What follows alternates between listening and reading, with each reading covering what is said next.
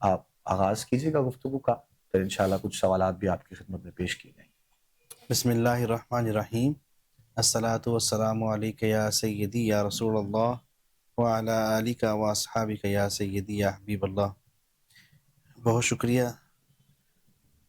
ابوبکر بھائی، جو ٹاپک آپ نے چھیڑا ہے یہ تو اصل میں صوفیاء کا ٹاپک ہے، جی جو روحانی کردار کی تعمیر کرتے ہیں، تکمیل کرتے ہیں، اس کو کردار کو انسان کے مراتب جو ہے وہ عطا کر کے اس کو سیڑھی چڑھا کے روحانیت کی جو اس کو بام عروج پہ پہنچاتے ہیں، ان ہستیوں کا یہ طرز، یہ انداز، یہ زندگی گزارنے کا طریقہ اور سلیقہ رکھا رہا ہے کہ وہ اللہ تعالیٰ کی مخلوق سے بڑا پیار کرتے ہیں۔ خدا کے بندے تو ہیں ہزاروں، بنوں میں پھرتے ہیں مارے مارے، میں اس کا بندہ بنوں گا جس کو خدا کے بندوں سے پیار ہوگا۔ تو یہ جو بندوں سے، اللہ کے بندوں سے پیار ہے نا، اللہ کی مخلوق سے پیار ہے، یہ اللہ کے بندوں کا، اللہ کے جو برگزیدہ بندے ہیں ان کا ہمیشہ سے یہ وتیرہ اور طریقہ اور سلیقہ رہا ہے۔ آقا دو عالم صلی اللہ علیہ وآلہ وسلم اس حوالے سے اپنی امت کی رہنمائی فرماتے ہوئے جو سیرت کامل اور ہمیں اسوہ حسنہ سے مثالیں ملتی ہیں، اس میں آقا دو عالم صلی اللہ علیہ وسلم کا فرمان ہے، من کان یؤمن باللہ والیوم الآخر، جو اللہ تعالیٰ پر اور روز آخرت پر یقین رکھتا ہو، فلیقل خیرا او لیصمت، اسے چاہیے کہ وہ اچھی، خیر یا بھلائی کی بات کرے یا پھر خاموش رہے۔ تو اس لیے جو بزرگان دین تھے ان کے ہاں کہا جاتا تھا کہ ایک چپ 100 سکھ، ٹھیک ہے، اور اسی چپ رہنے کی یا کم بولنے کی عادت کو صوفیانہ شاعری میں ہم بیان کریں، پنجابی کی اشعار ہے وہ، چپ رہ سیں تے موتی ملسن، صبر کریں تا ہیرے، تے پاگلاں وانگو رولا پاویں تے نہ موتی نہ ہیرے۔ تو یہ جو صبر اور خاموشی، چپ رہنا، اپنی عادت کو شکوہ شکایت، اپنی زبان کو اور اپنی عادت کو شکوہ شکایت سے محفوظ رکھنا ہے، یہ بہت بڑی غنیمت ہے، یہ بہت بڑی اللہ تعالیٰ کی بلیسنگ ہے۔ اور میں آج ایک جگہ پہ پڑھ رہا تھا اپنا ابوبکر بھائی، جی چونکہ طب میں کتابیں دیکھنے کا شوق رہتا ہے، ساتھ ساتھ کتابوں کی ورک گردانی کرتے رہتے ہیں، میں کولیسٹرول کے بارے میں کچھ چیزیں پڑھ رہا تھا، تو وہاں پہ میں نے صوفیاء اور اطباء کی جو ایسے طبیب جو ساتھ روحانی طبیب بھی تھے ان کے بارے میں پڑھا کہ وہ کہتے تھے کہ جو لوگ شکوے اور شکایتیں نہیں کرتے نا، ان کا بلڈ پریشر بھی نہیں بڑھتا، ان کا کولیسٹرول بھی نہیں بڑھتا۔ اللہ کی رضا پہ راضی رہنا، خوش رہنا، اور زبان پہ نہ شکری کے کلمات نہ لانا، ہر حال میں خوش رہنا، اللہ کا شکر ادا کرنا، لوگوں سے بہت زیادہ امیدیں نہ لگانا، یہ انسان کو بہت سی بیماریوں سے محفوظ رکھتا ہے۔ واہ۔ تو اگر آپ چاہتے ہیں کہ آپ خوش رہیں تو پھر خوش رہا کریں، لوگوں سے امیدیں نہ باندھا کریں، اللہ کی ذات سے امید باندھا کریں، اللہ کی ذات سے لو لگا لیں، اور دلوں کا سکون، دلوں کا اطمینان پھر اللہ کی یاد میں ہے۔ الا بذکر اللہ تطمئن القلوب، آگاہ ہو جاؤ، خبردار ہو جاؤ کہ دلوں کا سکون جو ہے وہ اللہ کی یاد میں ہے، اور اللہ کی یاد میں سے نماز بھی ہے، اللہ کی یاد میں سے نوافل بھی ہیں، قرآن بھی ہے، قرآن کا ایک نام ذکر بھی ہے، انا نحن نزلنا الذکر وانا لہ لحافظون، اقیم الصلاۃ لذکری، نماز قائم کرو میری یاد کے لیے۔ اور قرآن پاک کے بارے میں اللہ فرماتا ہے کہ ہم نے اس ذکر کو نازل کیا ہے اور ہم ہی اس کے محافظ ہیں۔ تو اس ذکر اور شکر سے اپنی زبان کو تر رکھنا شروع کر دیں، شکوے اور شکایت سے اپنی زبان کو خاموش رکھ لیں، آپ دیکھیے گا آپ کی دنیا بدل جائے گی، دنیا کی آخرت بھی بدل جائے گی۔ نہ رب ناراض، نہ بندے ناراض، اللہ کو بھی ناشکری پسند نہیں ہے۔ اللہ فرماتا ہے وَلَئِن شَكَرْتُمْ لَأَزِيدَنَّكُمْ، تم شکر کرو گے تو میں تمہیں ضرور ضرور بہت زیادہ دوں گا۔ وَلَئِن كَفَرْتُمْ، اور اگر ناشکری کرو گے تو اِنَّ عَذَابِي لَشَدِيدٌ، پھر میرا عذاب بڑا شدید ہے۔ پھر خود جناب رسول پاک صلی اللہ علیہ وسلم فرماتے ہیں من لم یشکر الناس لم یشکر اللہ، جس نے بندوں کا شکر ادا نہیں کیا اس نے اللہ کا شکر ادا بھی نہیں کیا۔ تو بندوں سے بہت زیادہ امیدیں لگا لینا شکری کا باعث بنتا ہے، اور جب آپ ناشکری کرتے ہیں تو پھر آپ کے منہ سے ایسے کلمات ادا ہوتے ہیں۔ قرآن پاک تو ہمیں کسی کا الٹا نام بگاڑ کے نام دینے سے منع کرتا ہے۔ اللہ اکبر۔ سورہ حجرات میں بئس الاسم الفسوق بعد الایمان، اللہ تعالیٰ فرماتا ہے کہ ایمان لانے کے بعد بھی فاسقوں والے، فسق و فجور والے نام پکارنا کتنی بری بات ہے۔ ٹھیک ہے، تو ہمیں تو کسی کو الٹے نام سے پکارنے سے منع کیا گیا ہے۔ جو دین، جو مذہب کسی کا الٹا نام لینے سے منع کرتا ہے، وہ کسی کے جذبات، اس کے احساسات، اس کا کتنا خیال رکھتا ہوگا کہ اس کو دل کو کوئی تکلیف نہ پہنچے، دل میں کوئی رنج نہ پہنچے۔ اور صوفیہ تو یہاں تک کہتے ہیں، بات تھوڑی گہری ہے، سمجھ آنے والی ہے، اس کو کسی کو منفی طرف نہ کو لے جائے۔ مسجد ٹالا ہے، مندر ٹالا ہے، ٹاڑا جو کچھ ٹہندا، ایک بندے دا دل نہ ٹاوی رب دلاں وچ رہندا۔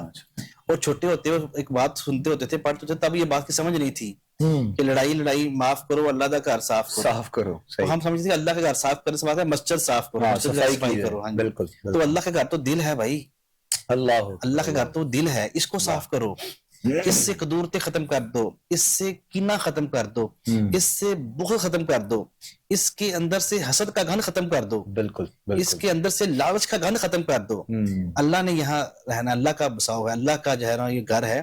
تو من عرف نفسہ فقد عرف ربہ، جس نے اپنے نفس کو، اپنے آپ کو پہچان لیا، اس نے اپنے رب کو پہچان لیا۔ کچھ دیر کے لیے مفتی صاحب، کیا خوبصورت جملے آپ نے کہے ہیں، اور بات صرف سوچنے کی اور سمجھنے کی ہے کہ کچھ دیر کے لیے اگر انسان یہ سوچ لے کہ جو اس کا دل ہے وہ اللہ کا گھر ہے، یعنی، اور اس بات کو اگر سوچ کر انسان اپنے زندگی کے معاملات کو دیکھے تو شاید اگر حقیقی جو ہے وہ پہلو سے دیکھا جائے تو انسان آنکھ اٹھا کر بھی کسی کے سامنے جو ہے وہ نہیں دیکھ سکتا ہے، یعنی اس قدر جو ہے وہ سوچ سمجھنے کی یہ بات ہے۔ اور اپنے دل و دماغ کو صاف، بہتر، پاکیزہ رکھنے والا جو شخص ہے، اللہ رب العزت کی طرف سے اس کے لیے کامیابی تو پھر اس کا مقدر ہوتی ہے۔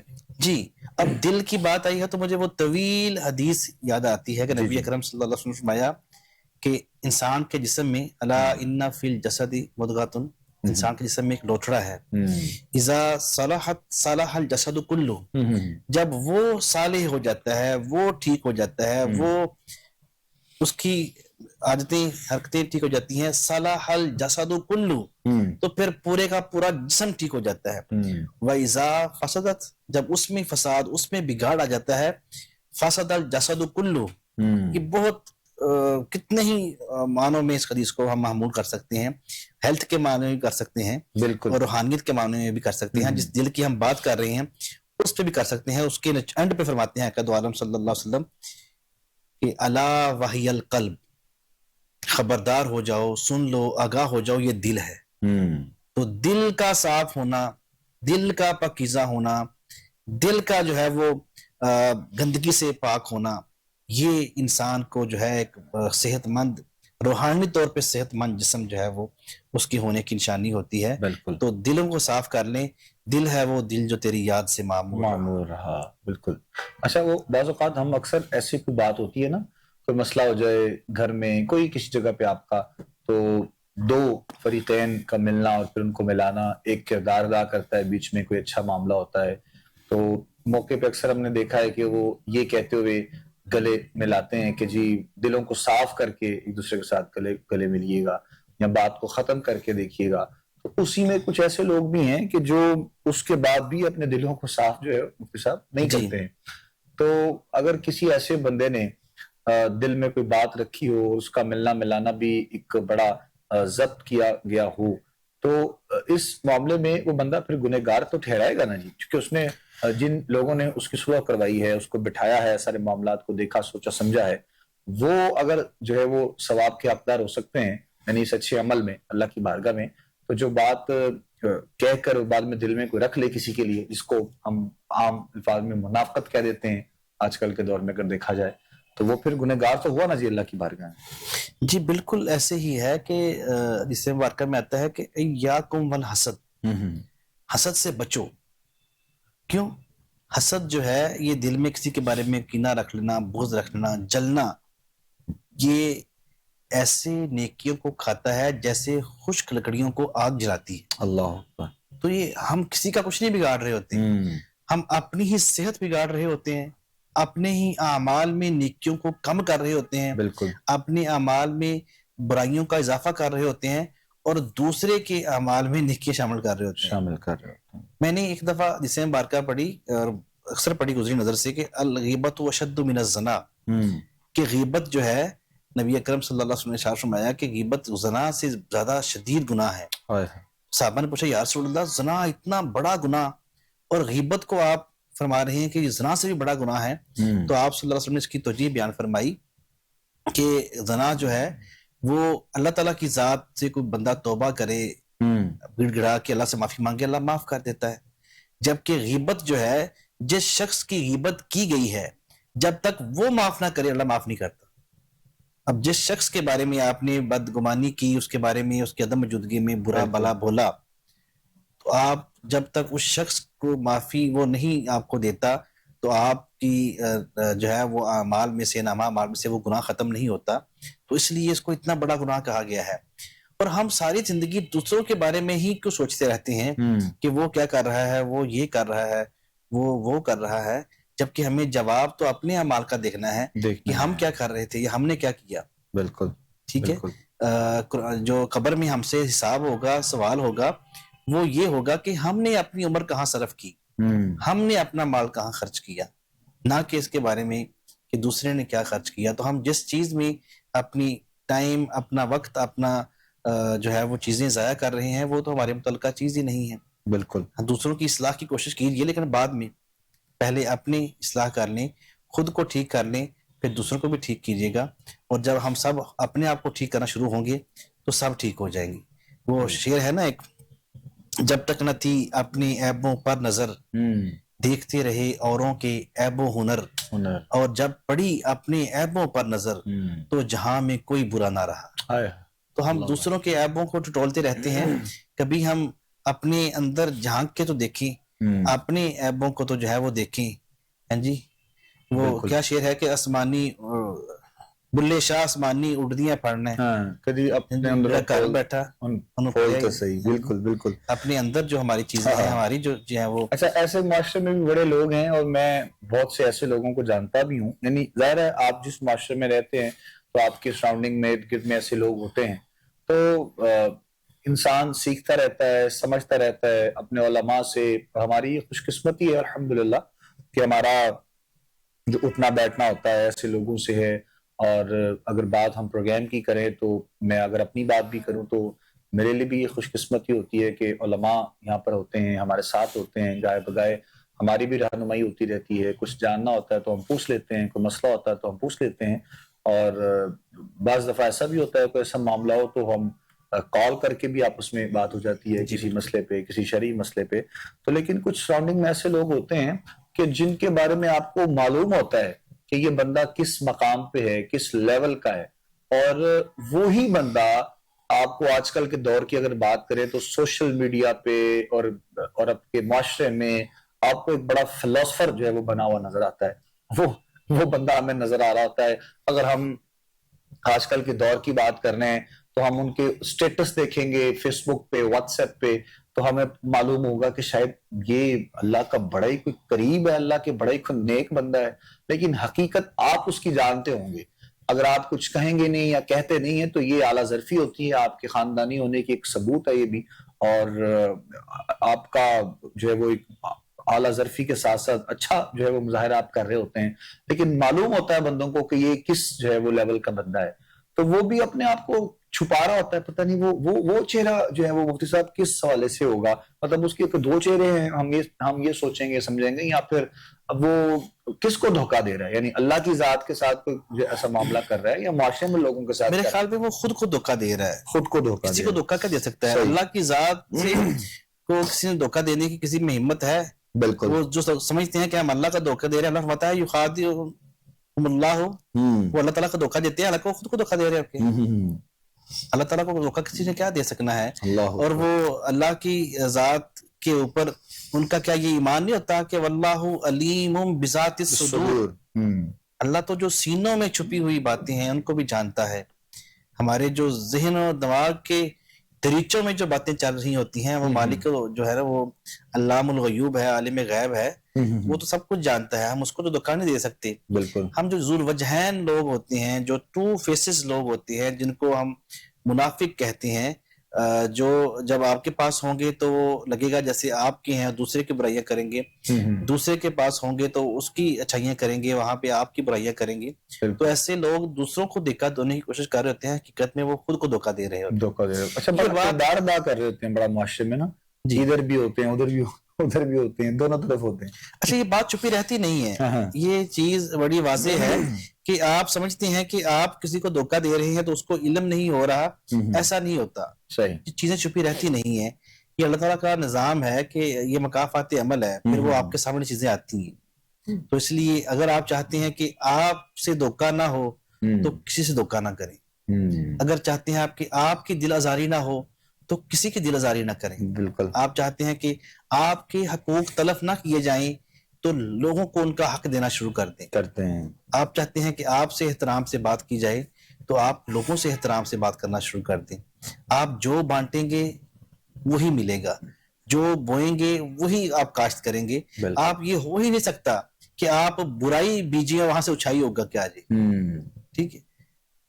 تو یہ ادفع باللتی ہی احسن جو حکم خداوندی ہے کہ اس کو برائی کو اچھائی سے دفع کر سکتے ہیں آپ، لیکن برائی کو برائی سے ختم نہیں کر سکتے آپ. آپ برائی بیجیں گے بوئیں گے تو وہاں سے اچھائی کی توقع مت رکھیں. اچھائی بیجیں، اچھائی کو عام کریں. اچھائی پھیلائیں گے تو اچھائی آئے گی. بالکل ٹھیک. بلائی کر بھلا ہوگا، برائی کریں گے تو برا ہوگا. اللہ اکبر کبیرہ. ناظرین محترم، چونکہ ساتھ ساتھ ہم مختلف موضوعات پر بھی بات کر رہے ہوتے ہیں، رہنمائی بھی آپ کی کر رہے ہوتے ہیں سوالات کے حوالے سے بھی. تو شب جمعہ ہے، چونکہ آپ بھی جانتے ہیں، تو ہم کچھ شب جمعہ کے حوالے سے جو ہے وہ مفتی صاحب سے جاننے کی کوشش کر لیں گے آخری لمحات میں. کچھ وظائف کے حوالے سے بھی بتائیں، خاص طور پر شب جمعہ کے حوالے سے، اور پھر جمعہ کے اعتبار سے بھی خاص طور پر مومن کے لیے جو ایک عید کا دن ہوتا ہے، سید الایام جس کو کہا جاتا ہے، تو اس کے حوالے سے بھی جو تھوڑی سی گفتگو میں چاہوں گا کہ ضرور آپ فرمائیے گا چند الفاظ. جی بالکل. دنوں پہ فضیلت ہوتی ہے، جیسے کہ جمعے کے دن کو باقی دنوں پہ فضیلت ہے. اس کو سید الایام کہا گیا ہے، اس کو مسلمانوں کے لیے عید کہا گیا ہے جیسے کہ آپ نے فرمایا ہے. تو اس دن کے کچھ خصوصی اعمال اللہ تعالیٰ کے نبی صلی اللہ علیہ وسلم نے اپنی امت کے لیے تعلیم فرمائے ہیں، جن میں سے ایک جو ہے وہ جمعے کے دن سورہ کہف کی تلاوت کرنا ہے. ٹھیک ہے. ایسے ہی درود پاک کی کثرت پہ اتنی حدیثیں ملتی ہیں کہ میں سمجھتا ہوں کہ بندہ جمعے کو صرف فرائض واجبات پورے کر کے باقی اعمال حسنہ میں، اعمال نافلہ میں صرف درود پاک ہی پڑھتا رہے تو اس سے بڑھ کے کوئی وظیفہ نہیں ہو سکتا. بالکل. اس صورت میں پھر مجھے وہی فرمان مصطفی صلی اللہ علیہ وسلم نظر آتا ہے، اذا یکفی ہمک ویکفر لک ذنبک. تو اس صورت میں گناہوں کا مداوع بھی ہو جائے گا اور غموں کا جو ہے وہ تدارک بھی ہو جائے گا. تو درود پاک جمعہ کے دن کثرت پڑھنے سے نبی اکرم صلی اللہ علیہ وسلم نے شب جمعہ اور جمعہ کے دن فرمایا کہ جمعہ کے دن جو مجھ پہ درود پیش کرتا ہے وہ مجھ پر پیش کیا جاتا ہے. بلکہ اہل محبت کا درود پاک آقا دو عالم صلی اللہ علیہ وسلم کے فرمان کا مفہوم ہے، میں خود سنتا ہوں. سبحان اللہ. فرشتے مجھ پہ جو ہے وہ پیش کرتے ہیں، اور اہل ایمان کو ان کے چہروں سے پہچانتا ہوں، ان کے ناموں سے پہچانتا ہوں، ان کے والدین کے ناموں سے پہچانتا ہوں. تو بروز حشر شفاعت کریں گے چن چن کر. ہر ایک غلام کا چہرہ حضور جانتے ہیں، لیکن حضور کو اپنی درود کے ذریعے یاد بھی رکھنا ہوگا. حضور پہ صلوات اور جو ہے سلام کی کثرت بھی کرنی ہوگی. ہمیں مصطفیٰ جان رحمت پہ لاکھوں سلام بھی پڑھنا چاہیے، اور پھر لاکھوں سلام پڑھنا بھی چاہیے، سلام بھیجنے بھی چاہیے، درود پڑھنا بھی چاہیے. انہیں خبر ہے کہیں سے پڑھو درود ان پر، ہر ایک غلام کا چہرہ حضور جانتے ہیں. تو درود پاک جو ہے کثرت سے پڑھیں. اللہ تعالیٰ ہم سب کا درود پاک پڑھنا اپنی بارگاہ میں قبول فرمائے. اس درود پاک کے صدقے سے ہم سب کو مدینہ کی حاضری نصیب فرمائے. خواب میں دیدار مصطفیٰ صلی اللہ علیہ وسلم کی سعادت ہمیں نصیب فرمائے. اور درود پڑھتے پڑھتے سو جایا کریں. مجھے انشاءاللہ الرحمن حضور کرم فرماتے ہیں، حضور کرم فرماتے ہیں.